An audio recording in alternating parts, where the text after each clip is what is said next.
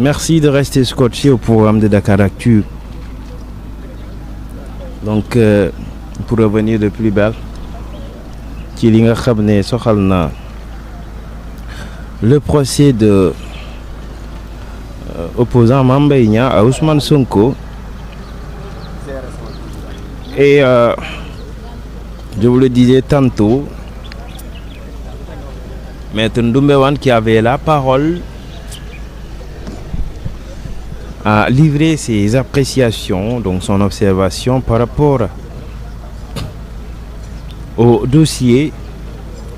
Après donc ses confrères Maître Khoureychi Ba, Maître Ciré Clédor Ly et Maître Bamba Cissé, Maître Ousseynou Fall, donc Maître Ndoumbe Wane, qui s'appuie pour défendre le pourvoi qui a été introduit par les conseils d'Ousmane Sonko. Et en ce sens, elle pense que le pourvoi est bien recevable, que la Cour n'est liée que par ses moyens. Elle a intervenu donc sur le premier moyen qui est la violation de la loi, Maître Ndoumbe Wane. Et elle pense que du début à la fin, il y a des violations, il y a des souillures en ce qui concerne l'affaire. Elle croit également que la Cour a une obligation d'apprécier la légalité des arrêtés rendus par les cours des tribunaux, et les branches sont les articles, pense-t-elle. Pour Maître Ndoumbe Wane, cet arrêt rendu par la Cour d'appel est vicieux sur l'affaire Ousmane Sonko et qui condamne ce dernier à 6 mois assortis de sursis, en croyant que mon Maître Ndoumbe Wane, que l'article 399 du Code de procédure pénale a été violé. Selon elle, il n'y a que Ousmane Sonko, il n'y a que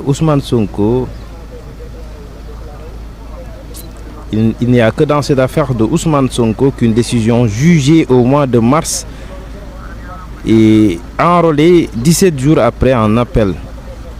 On ne peut que voir dans cette affaire d'Ousmane Sonko,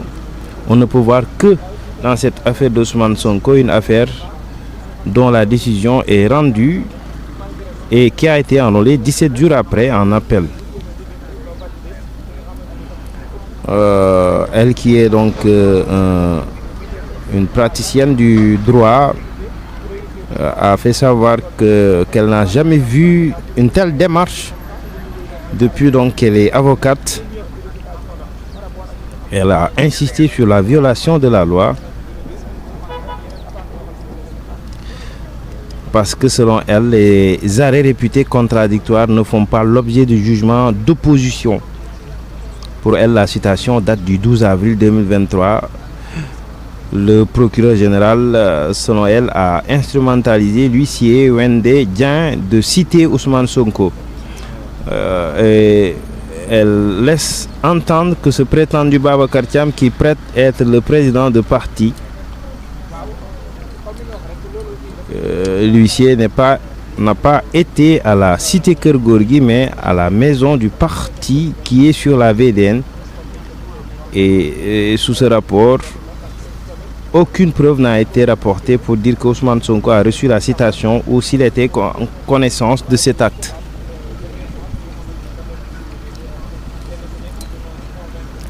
Donc Maître Ndoumbe Wane considère que c'est illégal.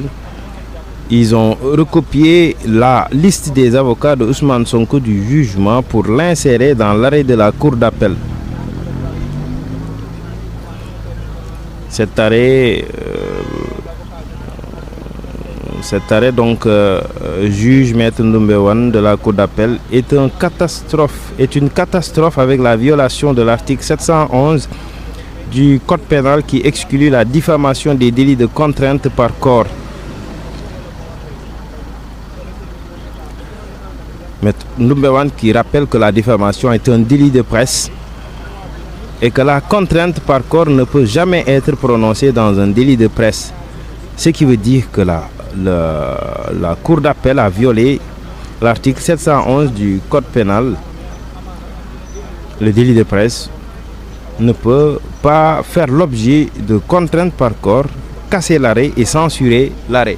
Donc Maître Ndoumbe Wane qui demande à la Cour de casser l'arrêt, de le censurer, parce que non conforme quand même aux dispositions de la loi pénale. Donc elle a cité l'article 399 et l'article 711 du Code pénal. moom nag jàpp na ne moom Maître Ndoumbe Wane que ne pourvoi bi nga xam ne introduire nañ ko est recevable, waaye mu taxaw rek ci moyens yi, benn moyen ci moyens yooyu muy li nga xam ne soxal na la violation de la loi. moom Maître Ndoumbe Wane jàpp ne nag ci ndorteelu dossier bi ba ci cappaandaw gi daanaka ay violation rek lañ ci seetlu, alors que cour bi moom li ko war moom mooy apprécier rek la légalité soxal arrêté yi nga xam ne arrêt yi nga xam ne donc les cours des tribunaux ñu ngi koy fësal, ñu ngi koy génnee te ñu war ko sukkandi rek ci ay article. mu jàpp ne nag arrêt bi nga xam ne la cour d'appel génn na ko te daan seen client Ousmane Sonko ci juróom-benn weeri kaso yu mu dul tëdd, arrêté la boo xam ne sukkandikuwul ci benn yoon, maanaam mun nañ ko dàq. ngir dëggal loolu nag mu rappeler rek article 399 bu code de procédure pénale bi mu jàpp ne dañ ko salfaañe. mu ne nag ci mbiru Ousmane Sonko bi rek la ñu gis ñu jugé mbir en première instance 17 jours après rek ñu enrôlé ko yóbbu ko appel. mu jàpp ne loolu mosu ko gis moom mi nga xam ne yàgg na di défendre ay dossiers. mu jàpp ne loolu nag violation wu loi bi la.